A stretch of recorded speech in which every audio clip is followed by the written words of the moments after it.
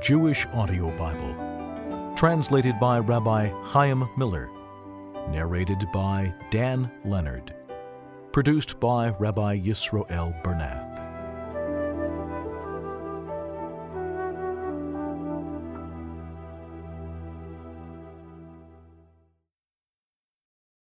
The Torah portion of Miketz. The word Miketz means at the end, as in the saying, the end of days. In Aramaic, the word days is almost identical to its Hebrew equivalent, but the last letter switches from a mem to a nun.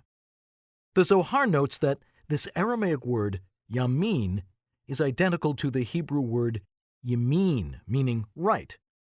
And on this basis, the Zohar concludes there are two ends, one on the spiritual right and one on the spiritual left. In Jewish mysticism, left represents the side of evil. So the end of the spiritual left refers to the day when evil will cease to exist, with the end of exile, for example, the end of days. Right, on the other hand, represents goodness and holiness. Thus, we refer to the end of the right to indicate that there is no dilution of values in the realms of holiness. So the end is as good as the beginning. The term Ketz Hayamin, end of the spiritual right, is thus an allusion to the final redemption, when good will triumph over evil, and we will see how good is found consistently throughout the entire world. We are thus left with the question, which end does the word Miketz refer to? The end of the left or the end of the right? In fact, both could be argued. A. At the beginning of our Parsha, Yosef is released from jail. This was the end of Yosef's exile, the end of the left. B. On the other hand, when we read how Yosef suddenly rose to power and became ruler over Egypt, his redemption represented by the end of the right. How could two opposite concepts of exile and redemption be alluded to by the same expression? Hasidic thought explains that the inner purpose of exile is that the Jews should be scattered around the world in order to rescue sparks of holiness which had been lost in physicality. Thus, redemption is not the elimination of exile, but rather, it's the goal of exile. And therefore, both concepts are hinted to by the same word.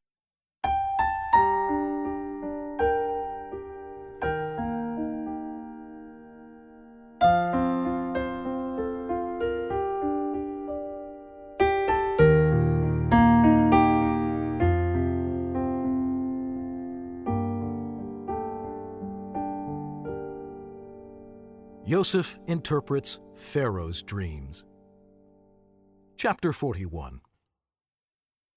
At the end of 2 years, it happened that Pharaoh was dreaming, and look, he was standing by the Nile. Then from the Nile, look, there were 7 nice-looking, well-built cows coming up, and they pastured in the marshland. Then, look, 7 other ugly-looking, thin cows were coming up after them from the Nile, and they stood beside the other cows on the bank of the Nile. Then the ugly-looking, thin cows devoured the 7 nice-looking, well-built cows. And Pharaoh woke up. He fell asleep and dreamed again, and look, 7 healthy and good ears of grain were growing in one stalk. And look, 7 thin ears of grain, parched by the east wind, were growing up after them. Then the thin ears of grain swallowed up the 7 healthy and full ears of grain. Pharaoh woke up, and now he had a complete dream that needed to be interpreted. In the morning, his mind was buzzing with agitation, so he sent messengers and called all the sorcerers of Egypt and all its sages. Pharaoh related his dreams to them, but no one interpreted them satisfactorily for Pharaoh. The chief butler spoke to Pharaoh, saying, "I have to mention my wrongdoings today. When Pharaoh was angry with his servants and he put me in prison in the house of the chief slaughterer, both me and the chief baker, we both dreamed a dream on the same night. Each person had a dream that clearly depicted his destiny. There was a Hebrew lad with us, a slave of the chief slaughterer, and we told the dreams to him. He interpreted our dreams for us. He gave each person a feasible interpretation of his dream. Then things happened just as they had been interpreted for us. Pharaoh restored me to my position, and he hanged the chief baker. So Pharaoh sent a messenger and called for Yosef. They rushed him from the dungeon. He cut his hair especially for the king, changed his prison clothes, and he came to Pharaoh. Pharaoh said to Yosef, "I've had a dream, but there is no one to interpret it. But I have heard it is said about you with certainty that you listen to a dream, understand it, and are then able to interpret it." Yosef replied to Pharaoh, saying, "The wisdom to interpret dreams is not from me. God will put an answer that will appease Pharaoh into my mouth." Pharaoh said to Yosef, "In my dream, look, I was standing on the bank of the Nile. Then, look, 7 well-built, nice-looking cows were coming up from the Nile, and they pastured in the marshland. Then, look, 7 other cows were coming up after them, which were weak, very ugly-looking and thin. I've never seen such bad cows throughout the entire land of Egypt. Then the thin, ugly cows devoured the first 7 healthy cows. They were swallowed up inside them, but it wasn't recognizable that they had gone inside them. They looked as ugly as they were to start with. Then I woke up. I saw in another of my dreams, look, 7 ears of healthy and good grain were growing on one stalk. And look, 7 thin ears of dehydrated grain, parched by the east wind, were growing up after them. Then the thin ears of grain swallowed up the 7 good ears of grain. I told my dreams to all the sorcerers, but no one is telling me a satisfactory explanation." Yosef said to Pharaoh, "Pharaoh's 2 dreams have a single meaning. God has told Pharaoh what he is planning to do. The 7 good cows are 7 years, and the 7 good ears of grain are the same 7 years. It's one dream. The 7 thin and ugly cows coming up after them are 7 years, as are the 7 bare ears of grain, beaten by the east wind. They will be 7 years of famine. It is as I have told Pharaoh. God has shown Pharaoh what he is about to do. Look, 7 years of great abundance are coming throughout the entire land of Egypt. The significance of the swallowing is that 7 years of famine will follow after them, when all the abundance in the land of Egypt will be forgotten. The famine will destroy the land. The fact that it wasn't recognizable that the thin cows had swallowed the fat cows meant that the abundance will not be recognizable because of the famine that will follow, for it will be very severe.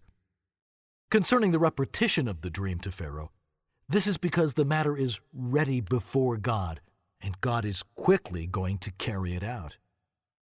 And now, Pharaoh should select a person who is understanding and wise and appoint him over the land of Egypt. Pharaoh should enact that he appoint officials over the land and prepare the land of Egypt during the 7 years of abundance. Let them collect all the food from these coming 7 years, and let them gather the grain under Pharaoh's control, food guarded in the storehouses. The food that is stored will thus remain as a reserve for the land for the 7 years of famine which will be in the land of Egypt, so that the land will not be destroyed by the famine.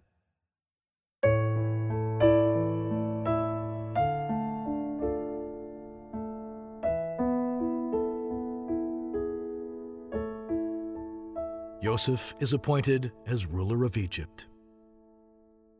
The matter pleased Pharaoh and all his servants. Pharaoh said to his servants, "Even if we tried, would we find anyone else like this, a man who has God's Spirit in him?" Pharaoh said to Yosef, "Since God has let you know all this, it proves that there is no one as understanding and wise as you. You will be in charge of my household. All my people will be fed through your command. Only by virtue of the throne will I be greater than you?" Pharaoh said to Joseph, "See, I have appointed you over the entire land of Egypt." Pharaoh removed his ring from his hand and placed it on Joseph's hand. He had him dressed in linen robes and placed a golden chain around his neck. He had Joseph ride in his second royal chariot, and they called out before him, "This is the king's adviser." Pharaoh thus gave Joseph authority over the entire land of Egypt. Pharaoh said to Joseph, "I am Pharaoh, king of Egypt, and I hereby decree that without your permission, no man may raise his hand to hold a weapon or his foot to ride on a horse in the entire land of Egypt." Pharaoh named Joseph Tzaphnas Paneach, explainer of hidden things, and he gave him Asnas, the daughter of Potiphera, the priest of On, for a wife. And Joseph went forth as a ruler over the land of Egypt. Joseph was 30 years old when he stood before Pharaoh, the king of Egypt. Joseph then left Pharaoh's presence and visited the entire land of Egypt.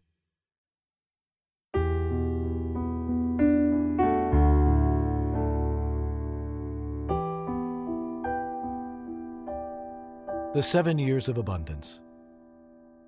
In the 7 years of abundance, the inhabitants of the land gradually made collections of grain.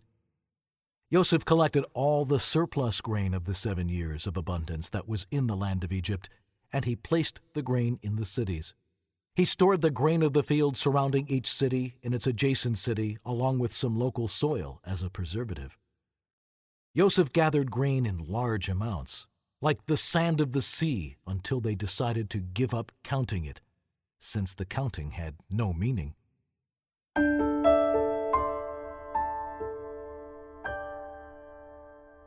Birth of Manasseh and Ephraim.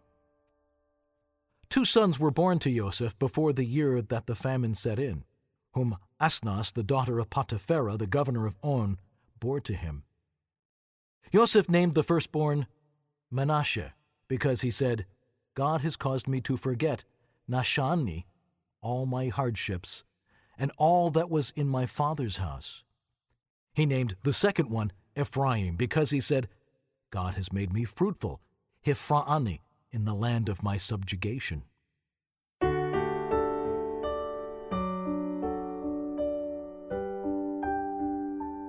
Onset of the famine. When the 7 years of plenty that were in the land of Egypt were finished, the 7 years of famine began, as Joseph had said. There was famine in all the lands, but throughout the land of Egypt there was bread. Then all the accumulated grain rotted except for Joseph's, so the entire land of Egypt was hungry. When Joseph demanded that the people become circumcised if they wanted grain, the people cried out to Pharaoh for bread.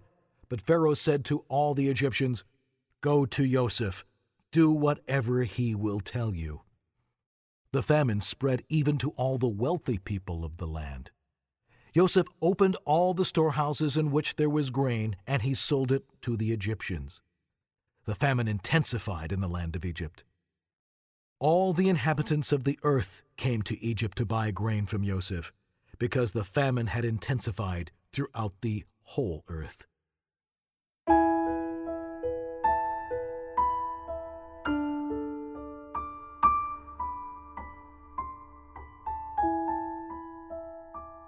The brothers appear before Joseph.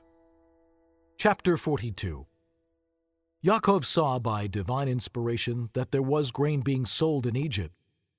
Yaakov said to his sons, "Why are you showing off that we still have grain?" He said, "Look, I have heard that there is grain being sold in Egypt. Go down there and buy us some from there, so that we will live and not die." So Joseph's brothers went down to Egypt, united in their mission to buy grain, but split into 10 about their decision to try and redeem Joseph. But Yaakov did not send Binyamin, Joseph's brother, with his brothers, because he said, "Perhaps a fatal accident will occur to him." So the sons of Israel came to buy grain, mingling among the visitors, for the land of Canaan was in a state of famine. Joseph was ruler over the land. He was the only one who sold grain to all the people of the land. So Joseph's brothers came and threw themselves to the ground in front of him, with their faces to the ground. Joseph saw his brothers, and he recognized them. But he acted like a stranger to them, and he spoke to them harshly. He said to them, "Where do you come from?" "From the land of Canaan," they said, "to purchase food." Joseph recognized his brothers, but they did not recognize him, because they hadn't seen him with a beard. Joseph remembered the dreams that he had about them, and he realized that they were being fulfilled. He said to them, "You are spies. You have come to survey the land's weak points from where it can be attacked." "No, my master," they said to him. "Your servants have come to buy food. We are all sons of one man. We are telling the truth. Your servants were never spies." "No," he said to them. "You have come to see the land's weak points." They said, "We, your servants, are 12 brothers, the sons of one man in the land of Canaan. Right now the youngest is with our father, and one is lost, so we split up to look for him." Joseph said to them, "When I said to you, 'You are spies,' I was correct. The following will be your test. By Pharaoh's life you shall not leave this place unless your youngest brother comes here. Send one of you to let him fetch your brother, and the rest of you will be imprisoned so that your words will be tested whether you're telling the truth. But if you don't bring him, I swear, as Pharaoh lives, that you are spies." He put them in prison for 3 days. On the 3rd day, Joseph said to them, "If you do as I say, you will live. I fear the Almighty. If you are genuine, one of your brothers will remain imprisoned where you are now, while you go back and bring grain which you purchased to relieve the hunger of your households. Bring your youngest brother to me so that your words may be verified and you will not die." They agreed to do so.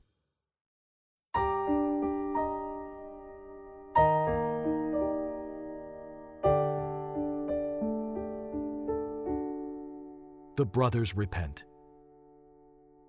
They said to each other, "It's true, we are guilty for our brother, because we saw his distress when he begged us, and we didn't listen. That's why this trouble has come upon us." Reuben responded to them, saying, "Didn't I warn you, saying, 'Don't sin against the lad,' but you didn't listen, and also his blood and our father's anguish is now being claimed." They did not know that Joseph understood their language, for the interpreter was between them. He turned away from them and wept, since he realized that they had regretted selling him. Then he returned to them and spoke with them. He took Shimon from among them, the one who had thrown him into the pit, and imprisoned him before their eyes until they left, when he set him free. Joseph commanded his servants, and they filled the brothers' bags with grain. He also instructed to return their money, with which they paid for the grain, into each person's sack, and to give them provisions for the journey, which his servants did for them. They loaded their grain onto their donkeys and departed. At the hotel, Levi opened his sack to give fodder to his donkey, and he saw his money. Look, there it was at the top of his sack. He said to his brothers, "My money has been returned, and look, it's here in my sack." Their hearts sank. Trembling, they turned to one another, saying, "Why is God doing this to us?"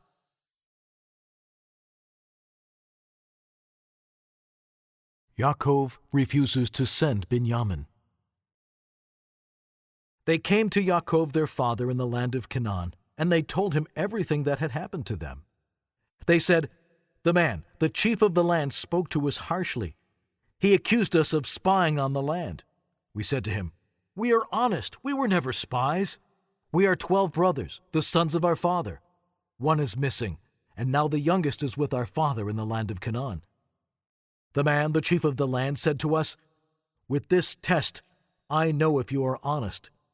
Leave one of your brothers with me, and what's needed for the hunger of your households, take and leave. Bring your youngest brother to me, so that I will know that you are not spies, and that you are honest. Then I'll give you your brother, and you can do business around the land.' Then when they were emptying their sacks, look, each person's bundle of money was in his sack. As they saw the bundles of their money together with their father, they became frightened. Their father, Yaakov, said to them, "You have bereaved me. Yosef is gone, and Shimon is gone, and you want to take Binyamin? All these troubles have come upon me." Reuben spoke to his father, saying, "You may put my 2 sons to death if I don't bring Binyamin to you. Put him into my care, and I will return him to you." Yaakov said, "My son shall not go down with you, because his brother is dead, and he is the only one left. A fatality will occur to him on the way in which you will be going, and you will bring my old age to the grave in grief."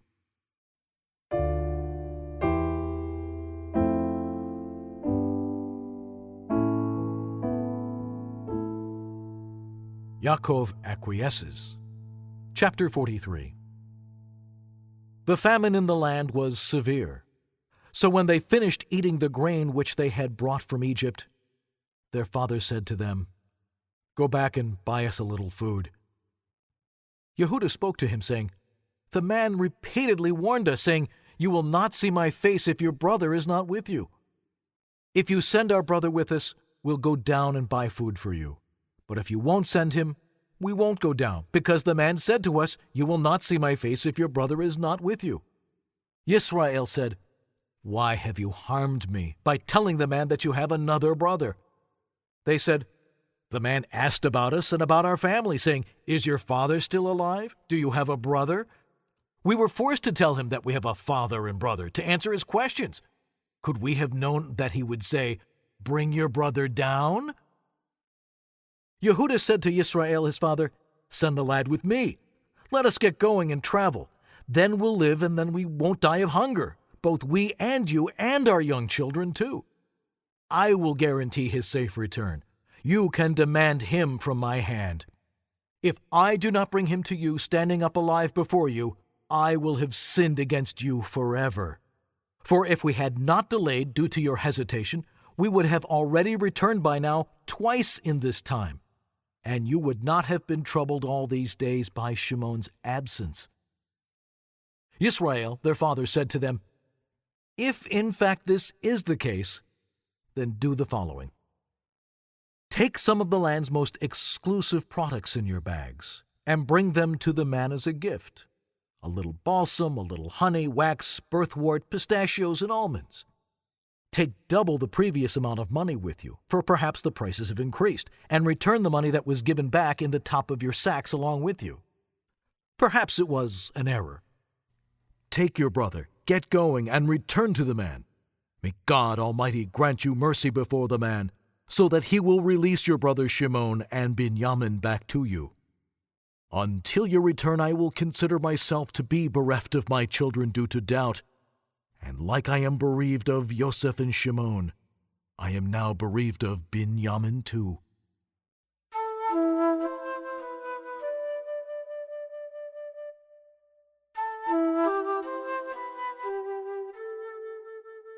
Yosef is reunited with all his brothers. The men took the gift, and they took double the previous amount of money with them, and they persuaded Binyamin to come. They got going and went down to Egypt, where they stood before Yosef. Yosef saw Binyamin with them. He said to the supervisor of his house, "Bring the men into the house and give orders to slaughter an animal and to prepare a meal, for the men will eat with me at lunch." The man did as Yosef had said. The man brought the men into Yosef's house. The men became afraid that they were being framed because they had been brought to Yosef's house. They said, "We are being brought here on account of the money that was put in our sacks earlier on, so as to incite a false accusation against us, which will fall on us. This is in order to take us as slaves and confiscate our donkeys." So they approached the man who supervised Yosef's house and spoke to him at the house's entrance. "Please, sir," they said, "we originally came down to purchase food. And then when we came to the hotel, we opened our sacks and, look, each person's money with which he had paid for the grain was back in the top of his sack. We brought it back with us. We brought down more money with us to purchase food. We don't know who put our money back into our sacks." He said, "Don't worry, everything's okay for you. Either your merit or the merit of the God of your father has brought you a hidden gift. I did receive the money that you paid." He brought Shimon out to them. The man brought the brothers into Joseph's house. He gave them water, and they washed their feet. He gave fodder to their donkeys. They prepared the gift in beautiful containers before Joseph came for lunch, for they heard that they would be dining there. When Joseph came home, they brought him the gift which they had with them into the main chamber of the house, and they threw themselves on the ground in front of him. He inquired about their welfare. Then he asked them, "Is your elderly father whom you mentioned well? Is he still alive?" They said, "Your servant, our father, is well. He is still alive."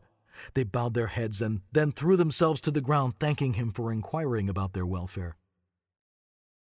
Joseph looked around and saw Binyamin, his brother, his mother's son. He said, "Is this your little brother whom you told me about?" "May God be gracious to you, my son," Joseph said. When Joseph heard how Binyamin had named all his sons after him, his compassion was suddenly stirred up over his brother, and he wanted to cry. So he quickly went into the side room and cried there. He washed his face and came out. He restrained himself and said, "Put out the food." They set for him separately, and for them separately, and for the Egyptians who ate with them separately, since the Egyptians could not eat food with the Hebrews, because it is an abomination to the Egyptians, since Hebrews eat animals which Egyptians worship. They sat before him in age order, the firstborn of each mother according to his birthright, followed by the other sons from that mother down to the youngest, who sat last, according to his young age. And Binyamin sat next to Joseph. The men looked in astonishment at each other. Joseph had portions brought to them from what was laid out before him. Binyamin's portion was 5 times as large as any of their portions, to include Joseph, Asnas, Manasseh, and Ephraim too. They drank for the first time since Joseph was sold, and became drunk with him.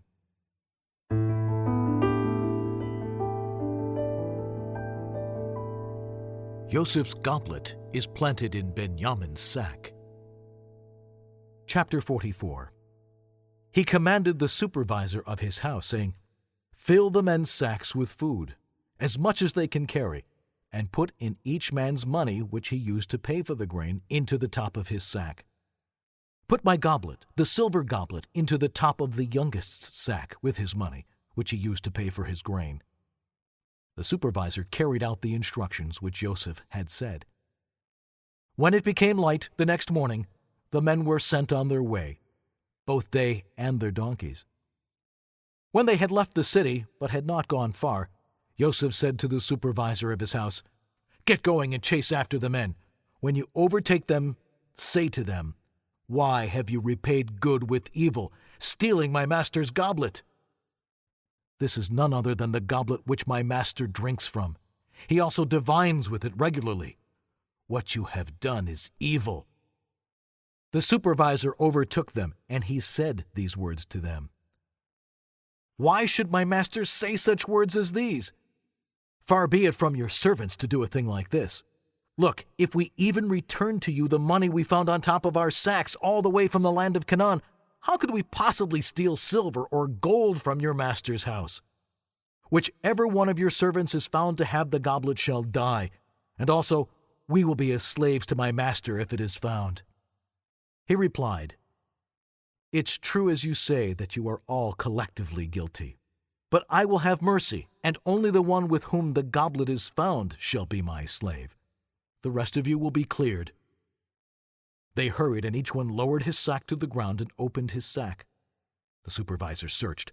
He started with the eldest, so they would not sense that he knew where it was, and finished with the youngest.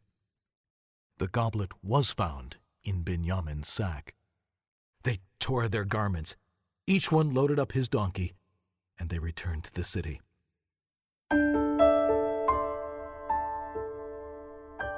Binyamin is retained, and the other brothers sent home. Yehudah and his brothers came to Joseph's house, and he was still there waiting for them. They fell on the ground in front of him. Yosef said to them, "What is this deed that you have done? Don't you know that an important person like me regularly practices divination so I could figure out that you stole the goblet?" Yehuda said, "What shall we say to my master? How can we speak? How can we justify ourselves? We know we have done wrong, but God has found your servant's guilt. Both we and the one whose possession the goblet has been found will be your slaves." Yosef said, "Far be it from me to do this. The man in whose possession the goblet was found will be my slave. You may all go in peace to your father."